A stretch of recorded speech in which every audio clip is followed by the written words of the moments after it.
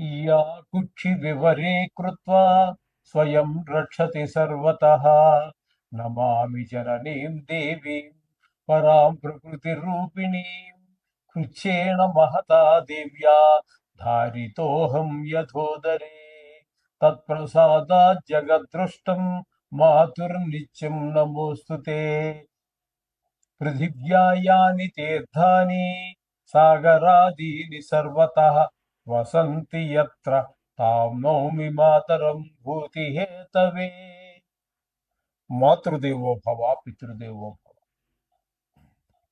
ఇప్పుడు మనము మే నెల 2026 సంవత్సరంలో గోచార ఫలితాలు ఏ విధంగా ఉంటాయో ద్వాదశ రాశుల వారికి తెలుసుకునే ప్రయత్నం చేద్దాము. ఇందులో ముఖ్యంగా మే నెలలో వచ్చేటటువంటి విశేషమైన దినాలు, వాటిని పర్వదినాలు అనుకోండి, లేదా విశేషమైన దినాలు అనుకోవచ్చు. అంటే పర్వదినాలు అంటే కేవలం దేవుడికి సంబంధించినటువంటివి. విశేషమైన దినాలు అన్నట్టయితే అది వేరే సంబంధంగా ఉంటుంది. ఏదో సబ్జెక్ట్లో అంటే దేవుడికి సంబంధం లేనటువంటి విషయాల్లో దాన్ని మనం విశేషమైన దినాలుగా మనం పరిగణిస్తూ ఉంటాము. ఇక్కడ మే నెలలో వచ్చేటటువంటి విశేష దినాలు, పర్వదినాల గురించి ముందుగా తెలుసుకుందాం. ఈ 1వ తారీఖు, మే 1వ తారీఖున దీన్ని మే డే అంటారు.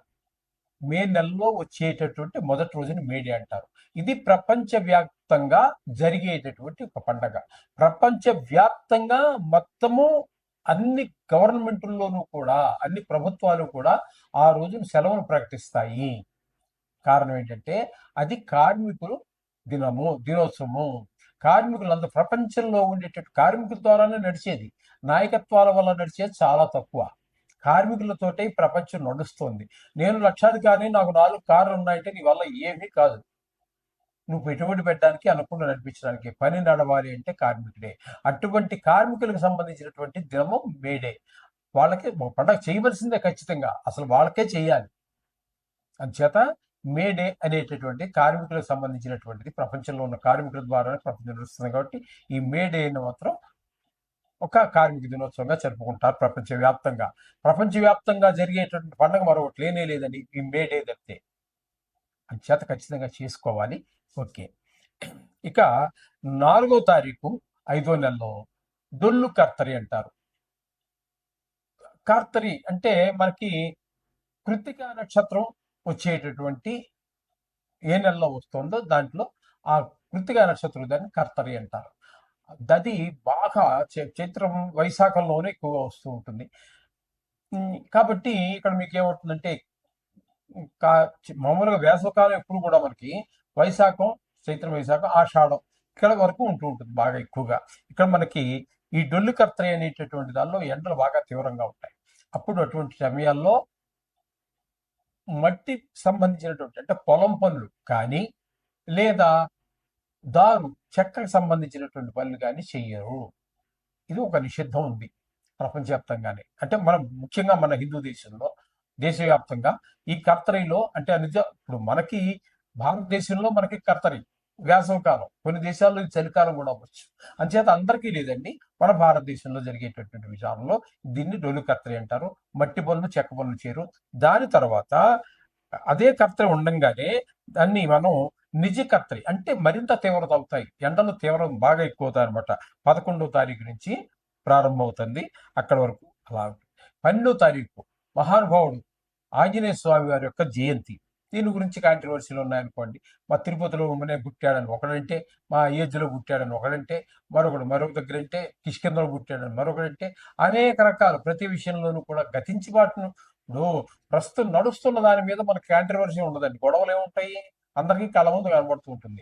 జరిగిపోయిన దాని మీద నలుగురు 4 అభిప్రాయాలు. అక్కడికి వాడు వెళ్ళి చూసింది లేదు, వీడు వెళ్ళి చూసింది లేదు, నేను చూసింది, ఎవరు చూసింది లేదు.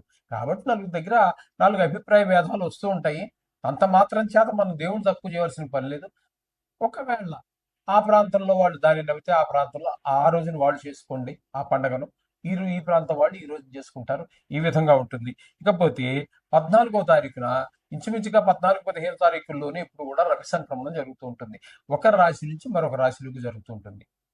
ఈ విధంగా 14వ తారీఖున మనకి వృషభ రాశిలో ప్రవేశిస్తూ ఉన్నారు సూర్య భగవానుడు.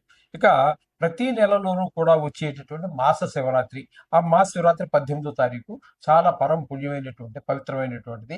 ఆ రోజున కనుక అభిషేకం చేసుకున్నట్టయితే ఈశ్వరుడికి చాలా విశేషమైన ఫలితం లభిస్తుందని పెద్దలు చెప్పారు. అలాగే 25వ తారీఖు కృత్తికా నక్షత్రం వెళ్ళిపోయిన తర్వాత వచ్చేటటువంటి నక్షత్రం రోహిణి నక్షత్రం. ఈ రోహిణి నక్షత్రం కృత్తిక కంటే కూడా భయంకరమైనటువంటి ఎండలు ఉంటాయి. రోహిణి కాతులో రోడ్లు, అంటే రోలు అంటే తెలుసు కదంటే రాతితో చేస్తారు, అటువంటి రాళ్ళతో చేసినటువంటి రోడ్లు కూడా పగిలిపోతాయి అని అంటే అంత తీవ్రంగా ఉంటుందని చెప్పడం కోసం రోహిణి కాతులో రోడ్లు కూడా పగిలిపోతాయని ఒక పెద్ద ఒక సామెతగా ఉంది. రోడ్లే పగిలిపోతే మనం ఉంటామండి, జత భరించడం చాలా కష్టము అనే ఉద్దేశంలో ఆ మాట అన్నారు. అది ఇకపోతే 17వ తారీఖు నుంచి ఈ నెలలో వచ్చే విశేషం ఏంటంటే, ఈ మే నెలలో అధిక జ్యేష్ఠ మాసం వస్తుంది. 4 సంవత్సరాలకు ఒకసారి మనకి తెలుగు అదే మొత్తం భారతదేశంలో అధిక మాసం ఒకటి వస్తూ ఉంటుంది. వచ్చేటటువంటి కొద్దిపాటి చిన్ని బిట్లన్నీ మిగిలిపోయినవన్నింటినీ కలిపి వీటిని లెక్క సరిచేయడం కోసం అని చెప్పేసి 4 సంవత్సరాలకు ఒకసారి మనకి అధిక మాసంలో ఒకటి వస్తూ ఉంటుంది. అధిక మాసంతో లెక్కంతా కరెక్ట్గా సరిపోవాలి. ఇంకా ఏ ఇంగ్లీష్ క్యాలెండర్ కాదు, మరి ఏ క్యాలెండర్ తీసుకోండి ప్రపంచంలో, ఇలాంటిగా విశేషంగా ఒక అధిక మాసం వచ్చి మొత్తం 365 రోజుల్ని సరిపెట్టేటటువంటి పద్ధతి వేరే ఏ మతంలో కానీ ఏ మతం యొక్క పంచాంగాల్లో కానీ లేదు. ఇది హిందువుల యొక్క గొప్పతనం, ఇది మన హిందూ క్యాలెండర్ యొక్క గొప్పతనం. కాబట్టి అధిక మాసంలో వచ్చేటటువంటి విశేషం ఏంటంటే లెక్క సరిపోతుంది, కానీ అప్పుడు కొంత గ్రహాల యొక్క శక్తి తగ్గిన కారణంగా శుభ కార్యాలు ఏవి నిర్వర్తించరు. అంటే గృహ ప్రవేశాలు కానీ, గృహ శంకుస్థాపనలు కానీ, గుడి ప్రతిష్ట కానీ, పెళ్లిళ్ళు కానీ, వివాహాదులు కానీ ఇట్లాంటివి ఏవి జరగవు. అది గమనించుకోండి.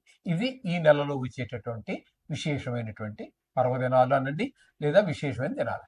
ఓకే, సో మీనరాశి వారికి మే నెల 2026 సంవత్సరం గోచార ఫలితాలు ఏ విధంగా ఉంటాయో స్పష్టంగా తెలుసుకునేటువంటి ప్రయత్నం, శాస్త్రీయంగా తెలుసుకునే ప్రయత్నం చేద్దాం. ఇక్కడ జన్మంలోనే శని, అంటే ఏలినాటి శని జరుగుతున్నది. ఏలినాటి శని అనేటటువంటిది ఏ రాశి గురించి చెప్పుకుంటున్నామో ఆ రాశి యొక్క వెనక రాశిలోను, ఆ రాశిలోను, దాని ముందు రాశిలోను, అంటే 3 రాశుల్లో శని సంచారాన్ని ఏలినాటి శనిగా పరిగణలోకి తీసుకుంటాం మనం. ఇప్పుడు మీనరాశి గురించి చెప్పుకుంటున్నాం కాబట్టి జన్మంలోనే, దీన్ని తనుభావము అంటారు. కాబట్టి ఇక్కడ అనారోగ్యాలు ఎక్కువ వచ్చే అవకాశాన్ని స్పష్టంగా సూచిస్తూ ఉన్నది. అర్థమైందండి? ఇక్కడ 3 రాశుల్లో ఉన్నప్పుడు 3 రకాల ఫలితాలు ఉంటాయి. వెయ్యిల్లో ఉందనుకోండి, వెనక రాశిలో ఉందనుకోండి, ఖర్చులు ఎక్కువ చూపిస్తుంది. జన్మంలోనే ఉందనుకోండి, దాన్ని తనుభావం అంటాం, అనారోగ్యాలు ఎక్కువ సూచిస్తూ ఉంటుంది. అలాగే ద్వితీయ స్థానం, ఇప్పుడు మీనం ఉందనుకుంటాం, సపోజ్ మీనం గురించి మనం మాట్లాడుతున్నాం. మేషం వారికి ఏమవుతుంది? అది అంటే మీన రాశి వారికి మేషం ఏమవుతుంది? ద్వితీయ స్థానం అవుతుంది, ధనస్థానం అవుతుంది. ఆ ధనానికి సంబంధించి, మాటలకు సంబంధించి, మీ కుటుంబానికి సంబంధించి ఆ విషయాల్లో దుష్ప్రభావం చూపిస్తుంది. ఇక్కడ మీకు జన్మంలో ఉంది కాబట్టి ఖచ్చితంగా అనారోగ్యాన్ని ఎక్కువగా వచ్చే అవకాశాలు ఉంటాయి. అక్కడే ఈ 4 రోజులు కూడా. తదుపరి కుజుడిని తీసుకుంటే కుజుడు కూడా 11 రోజుల వరకు జన్మంలోనే ఉన్నారు. ఆయన శని భగవాన్ ఇక్కడ ఏ మందికి చెడు ఫలితాలు ఇస్తూ ఉన్నారో అవే ఫలితాలని కుజు భగవాన్ కూడా ఇవ్వబోతున్నారు. తదుపరి 12వ తారీఖు నుంచి ఆయన మేషంలోకి, అంటే ద్వితీయ స్థానంలోకి పెడుతున్నారు. అక్కడ ద్వితీయ స్థానంలో కూడా కుజుడు ధనానికి లోటు రావటము, కుటుంబంలో ఆనందం లేకపోవటము, కఠినమైన మాటలో కఠినత్వం పెరగటం, నేత్ర సంబంధ వ్యాధుల వారికి కొంచెం ఇబ్బంది కలిగించే పరిస్థితి అంతా కూడా కుజుడి వల్ల కలుగుతోంది. అలాగే రవి 14వ తారీఖు వరకు ద్వితీయ స్థానం, ఈయన నేత్రకారకుడు కూడా కాబట్టి ఖచ్చితంగా నేత్రాలకు సంబంధించినటువంటి పరిస్థితి, ధనానికి, వాక్కు, కుటుంబంలో పరిస్థితి అలాగే ఉంటుంది. ఇక బుధుడిని కనుక మనం తీసుకున్నట్టయితే ఈయన ద్వితీయ స్థానంలో 13వ తారీఖు వరకు ఉండి కొంతవరకు మనకు ధనానికి లోటు లేకుండా, మాటలో కొంచెం సౌమ్యం. ఆయన పేరే, బుధుడి పేరే సంస్కృతంలో సౌమ్యుడు అంటారు. అంచేత ఆయన సౌమ్యుడిగానే ఉంటాడు. అంచేత ఆయన ద్వారా ఇక్కడ ఉన్నటువంటి 3 గ్రహాలలో, అంటే రవి కుజులు ఇద్దరి కంటే కూడా బుధుడు 3 గ్రహాలు ఉన్నాయి. రవి కుజులు మనకి వ్యతిరేక ఫలితాలు ఇస్తున్న అదే విషయాలలో బుధుడు మనకి అనుకూలమైన ఫలితాలు ఇవ్వడానికి ఆయన ప్రయత్నం చేస్తున్నాడు. ఇక తృతీయ స్థానంలో రవి మనకి 15వ తారీఖు నుంచి నెలాఖరు వరకు మంచి అనుకూలమైనటువంటి ఫలితాలనే మనకి ఇవ్వబోతున్నారు రవి. అలాగే కుజుడు కూడా 14వ తారీఖు నుంచి నెలాఖరు వరకు కూడా ఆయన కూడా మనకి అనుకూల, కుజుడు కాదండి, కుజుడు సారీ క్షమించాలి, బుధుడు బుధుడు మనకి 14వ తారీఖు నుంచి నెలాఖరు వరకు అనుకోండి, సుమారుగా 29వ తారీఖు వరకు ఆయన కూడా తృతీయంలో ఉన్నారు. ఆయన కూడా అనుకూలమైన ఫలితాలు అయితే ఇవ్వడు. అలాగే శుక్రుడు కనుక మనం తీసుకున్నట్టయితే 3వ స్థానంలో ఆయన 14వ తారీఖు వరకు ఉంటారు. 3వ స్థానంలో అనుకూలమైన ఫలితాలు ఇస్తారు. అట్లాగే 15వ తారీఖు నుంచి 4వ స్థానంలోకి వస్తున్నారు. అక్కడ కూడా మంచి ఫలితాలే. శుక్రుడు పూర్తి శుభుడే కాబట్టి మనకి అనుకూలమైన ఫలితాలు ఉంటాయి, ఇంట్లో ఆహ్లాదకరమైన పరిస్థితులు ఉంటాయి. ఈ విధమైనవన్నీ కూడా శుక్ర భగవానుడు కల్పిస్తూ ఉన్నాడు. గురువు 4వ స్థానంలో ఉన్నారు. గురువు 4వ స్థానంలో శుభ ఫలితాలు అయితే ఇవ్వజాలరైన, అంటే సుఖస్థా అనుకున్నాం కదా, తల్లిగారు, విద్య, గృహము, గృహము, స్థలము, వాహనము, ఇట్లాంటి విషయాల్లో అంత అనుకూలమైన ఫలితాలు ఇవ్వడు. కానీ శుక్రుడు మాత్రం 3-4 స్థానాల్లో అనుకూలమైన ఫలితాలు ఇస్తూ ఉన్నారు. ఇకపోతే 6వ స్థానంలో కేతువు, ఈయన మాత్రం 6వ స్థానంలో ఉన్న కారణంగా ఆరోగ్యాన్ని ఇస్తాడు, అప్పులుంటే తీర్చగలుగుతాము, మనకు అప్పు కావాలంటే పుడుతుంది, మొత్తం మీద డబ్బులకి లోటు లేకుండా చేస్తాడు. అవసరాలన్నీ తగిన ధనం ఏర్పాటు జరుగుతుంది మనకి కేతు 6వ స్థానంలో ఉన్న కారణంగా. ఆరోగ్యం కూడా బాగుంటుంది. మొదట ఆరోగ్యం బాగుండాలి కదండి. మనం ఎక్కడికో బయటికి వెళ్ళాలి, వాడు ఎవరు డబ్బులు ఇస్తాడు, అక్కడికి వెళ్ళి తెచ్చుకోవాలి కదా, దానికైనా ఆరోగ్యం బాగుండాలి కదా. మనం మంచాన్ని పట్టుకుని అంటి పెట్టుకుని ఉండి 105 జనంతో ఎక్కడికి వెళ్తాం. చేత ఆరోగ్యం బాగిస్తాడు. అక్కడికి వెళ్ళి మనం పని పూర్తి చేసుకునేటటువంటి అవకాశాలన్నీ కూడా ఈ కేతువు కల్పిస్తున్నాడు. ముఖ్యంగా ఇక్కడ మనం రాహు గురించి చెప్పుకోవాలండి. రాహు ఏ స్థానంలో ఉన్నాడు, ఇక్కడ ఇది కూడా చాలా ధన వ్యయం, ధన నష్టం, శత్రుభయం, మనోవిచారం, కొంతమందికి కళతర నష్టం కూడా జరిగే అవకాశం ఉంటుంది. కొంతమంది దుర్మార్గులకి కారాగార శిక్ష కూడా ఉంటుంది. ఈ విధమైన ఫలితాలన్నీ రాహు ద్వారా వస్తున్నాయి. మొత్తంగా మనం చెప్పుకోవాలి అన్నట్టయితే ఇక్కడ ఇందులో ఒక్క శుక్రుడు మాత్రమే 3-4 స్థానాల్లో సంచారం చేస్తూ మనకు అనుకూలమైనగా ఉన్నాడు. బుధుడు మాత్రం మనకి ఎక్కడ 2లో 13వ తారీఖు వరకు అనుకూలంగా ఉన్నారు. అంతకు మించి ఇందులో అనుకూలమైన ఫలితాలు ఇచ్చే కేతు ఒక్కరండి మనకి పూర్తి ఫలితాలని, అనుకూలమైన ఫలితాలు ఇచ్చేటటువంటి వాడు కేతువు, శుక్రుడు మాత్రమే, 2 గ్రహాలే. మిగతా గ్రహాలన్నీ కూడా మనకి ప్రతికూలంగానే ఉన్నాయి.